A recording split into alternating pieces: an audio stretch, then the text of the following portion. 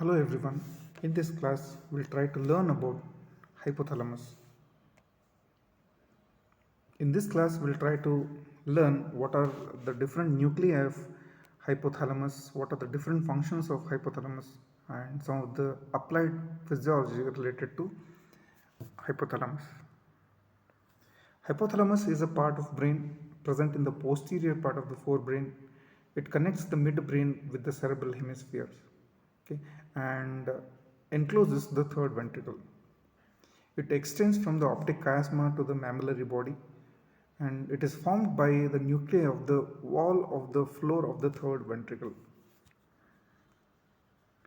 The important function of hypothalamus is in the control of internal as well as external behavior. Hypothalamus acts as a need detector and response generator. A homeostatic adjustment through the neural and autonomic and hormonal control is done through the hypothalamus. It is concerned with mainly the homeostasis of the body. It regulates many vital functions in the body like endocrine functions, visceral functions, metabolic activity, hunger, thirst, sleep, wakefulness, emotion, sexual function, etc. So these are the different nuclei of hypothalamus. They are grouped into preoptic area group of nuclei, anterior or supraoptic nuclei,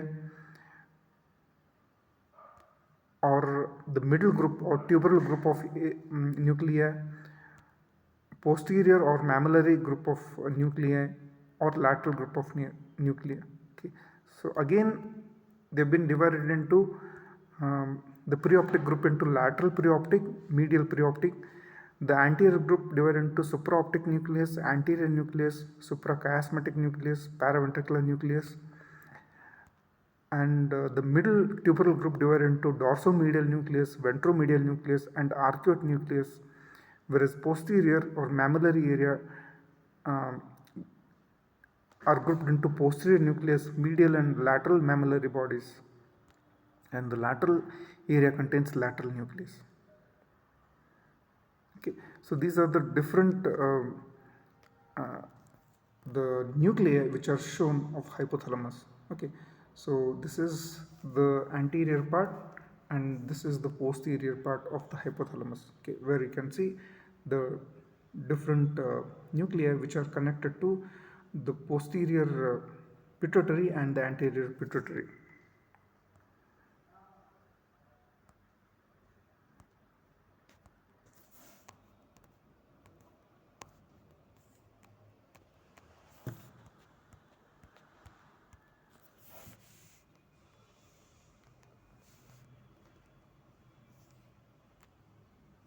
Okay. And again, these nuclei are divided into medial area and lateral area. So these are the some of the nuclei which are present in the medial area, and these are the nuclei which are present in the lateral area. Okay. So these are the some of the function based on the nuclei. The preoptic area is important for sleep, carrying the young, and mating, whereas suprachiasmatic nucleus is important for maintenance of the circadian rhythm. Anterior hypothalamus is important for thermoregulation. Paraventricular nucleus is important for pituitary hormone release and the thirst. Dorsomedial nucleus is important for intrahypothalamic processing. Supraoptic nucleus is important for milk ejection and thirst. Lateral hypothalamus is important for thirst, hunger, and sleep. Arcuate nucleus is important for feeding. Ventromedial nucleus acts as a satiety center and is important for mating. The posterior hypothalamus is involved in the thermoregulation, where mammillary bodies they're important for the memory. So coming to their functions individually, the important functions of hypothalamus, they help in the secretion of the posterior pituitary hormones. So hypothalamus is going to produce hormones and they are released into the posterior pituitary. Okay, so these hormones are antidiuretic hormone and oxytocin. They are transported by means of axoplasmic or axonic flow through hypothalamo-hypophyseal tracts and to reach the posterior pituitary. Okay, so ADH is involved in the water balance, whereas oxytocin is involved in the milk ejection reflex. Control of anterior pituitary. Okay, so hypothalamus is going to control the anterior pituitary by releasing hormones and inhibitory hormones. Okay, so these hormones are growth hormone releasing polypeptide, thyrotropic releasing hormone, corticotropin releasing hormone, gonadotropin releasing hormone, growth hormone inhibitory hormone, which is also called as somatostatin or prolactin inhibitory hormone. Okay, so these are transported to the anterior pituitary through the hypothalamo-hypophyseal portal vessels. Okay, and by reaching the anterior pituitary, they are going to regulate the secretion of anterior pituitary. They also control the functions of adrenal cortex, where paraventricular nucleus of a hypothalamus produces the corticotropin releasing hormone that acts on anterior pituitary to release ACTH. They also control adrenal medulla when the hypothalamus is stimulated by emotional stimuli. Send impulses to adrenal medulla through the sympathetic fibers. Okay, so that causes a release of catecholamines that will help the body to cope up with the emotional stress. Regulation of autonomic nervous system. Hypothalamus controls the autonomic nervous system. Okay, so the sympathetic division is regulated by the posterior and lateral nucleus. The stimulation of the posterior and lateral nuclei will lead to sympathetic stimulation, whereas stimulation of the anterior group of nuclei will lead to parasympathetic stimulation. They are also useful in the regulation of the heart rate through the vasomotor center, okay, in the medulla oblongata. Stimulation of the posterior and lateral nuclei of hypothalamus will increase the heart rate, and stimulation of the preoptic nucleus in anterior group will decrease the heart rate. Whereas the blood pressure is regulated by acting on the vasomotor center by stimulation of the posterior and lateral hypothalamic nuclei. It increases the blood pressure, where by stimulation of the preoptic area, it reduces the blood pressure.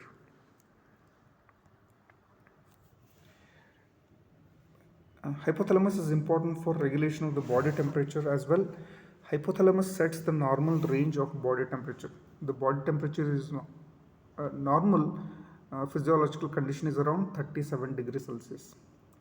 So body temperature is regulated by two centers in the hypothalamic center, heat loss center and heat gain center. So heat loss center is present in the preoptic nucleus in the anterior hypothalamus, whereas heat gain center is present in the posterior hypothalamus. Okay. So whenever blood pressure, body temperature increases, okay, so that will be detected by the thermoreceptors, skin and the viscera by cold and warm receptors, or else the temperature of the blood will be detected by the thermoreceptors in the anterior pituitary. Okay, so when the anterior pituitary is stimulated, okay, so it is going to inhibit the posterior hypothalamus, which is the heat gain center. Okay, so that's how shivering, piloerection, cutaneous vasoconstriction, and the behavior, there will be alteration in the behavior that reduces the body temperature. Okay, so that is how our hypothalamus going to control the body temperature. Okay, and we have a thermostat point where which is set by the prostaglandin levels. Okay, so if the prostaglandin level increases, the thermostat is set to the higher set point, and that will cause fever.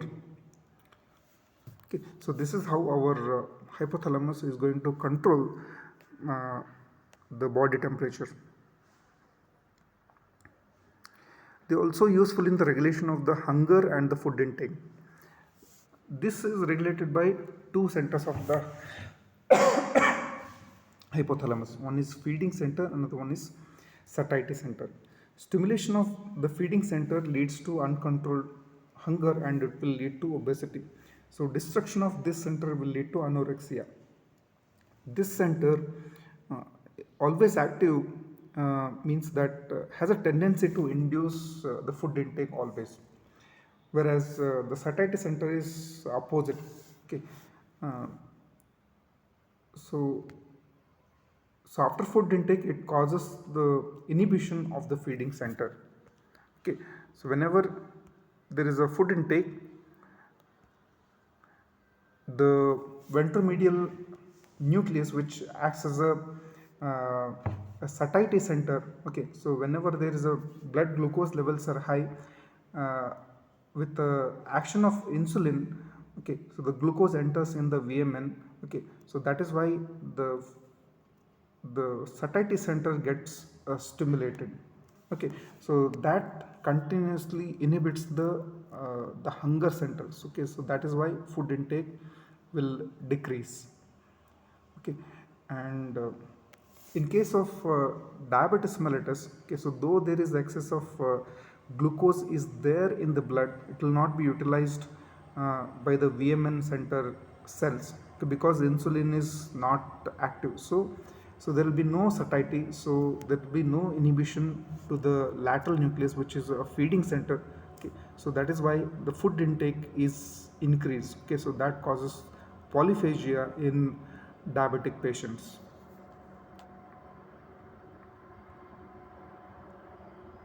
Okay, so increased blood sugar levels increase the activity of glucostats in VMN, so which is insulin dependent.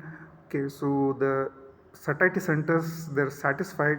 Okay, so that causes the inhibition of uh, the feeding center. Okay, so these are other theories of food intake. Okay, one we explained, that is glucostatic theory. Okay, so it depends on the glucose and the insulin levels. Okay, so that is why insulin deficiency will lead to hyperphagia in diabetes mellitus. Okay, so there are other theories like GI hormones such as CCK, somatostatin, GRP, glucagon. Uh, they are going to decrease the appetite. Okay, so another lipostatic theory, the size of a body regulated by uh, the the hormone which is called as leptin. Okay, so what is the role of leptin? So whenever the body fat increases to a critical level, increases upon the critical level, so then the fat cells, they are going to produce a hormone called as leptin. Okay, so that in turn decreases the activity of neuropeptide Y secreted by paraventricle nucleus and arcuate nucleus. In turn, that is going to decrease the food intake and increase energy consumption and reduces the amount of fat. Okay, so this is negative feedback mechanism for obesity. Okay, so this is called as lipostatic theory. Okay, so which also is involved in the intake of the food. The role of limbic system. So lesion in the amygdala led to hyperphagia. That means the amygdala it helps in the reduction of the body weight. So the environmental temperature and body temperature also play a very important role in the food intake. So whenever there is increase in the body temperature, it is going to decrease the appetite. So distension of the GIT, uh, that is empty stomach, is going to lead to hunger contraction, whereas distension of uh, the food pipe is going to reduce the appetite. Okay, so some of the conditioning reflexes also, they are going to help in the food intake. Okay, so which are demonstrated by the scientist Pavlov. They are also important in the regulation of sleep and wakefulness. So wakefulness center is mammillary body, which is present in the posterior hypothalamus. So so whenever there is a lesion in this case, so the sleep is disturbed. The other functions of hypothalamus, like role in the emotion and behavioral changes, and since they are extensively connected to limbic system, they regulate the sexual function. They have a role in response to smell, and they also control circadian rhythm through the suprachiasmatic nucleus. Okay, and these are some of the applied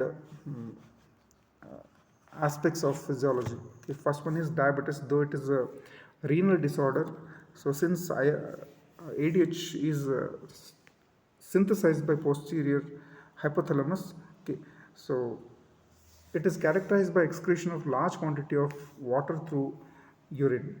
Okay, so deficiency of ADH will lead to reduced reabsorption of the water. So water is lost in large quantity.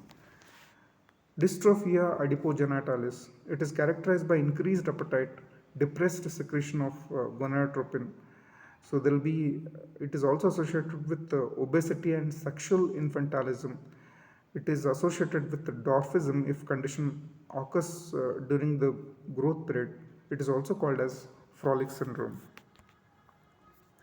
Kallmann syndrome is a genetic disorder characterized by hypogonadism associated with anosmia, that is, loss of olfactory sensation. Okay, and it is also, or hyposmia, that is, decreased olfactory sensation. It is also called as hypogonadotropic hypogonadism since it occurs due to deficiency of gonadotropin releasing hormone secreted by hypothalamus. Lawrence Moon Biddle syndrome is characterized by uh, moon-faced and obesity, polydactylism, mental retardation, and hypogonadism. Narcolepsy is abnormal sleep pattern, sudden attack of uncontrollable desire for sleep, and person suddenly falls asleep. Okay, so it occurs in the daytime.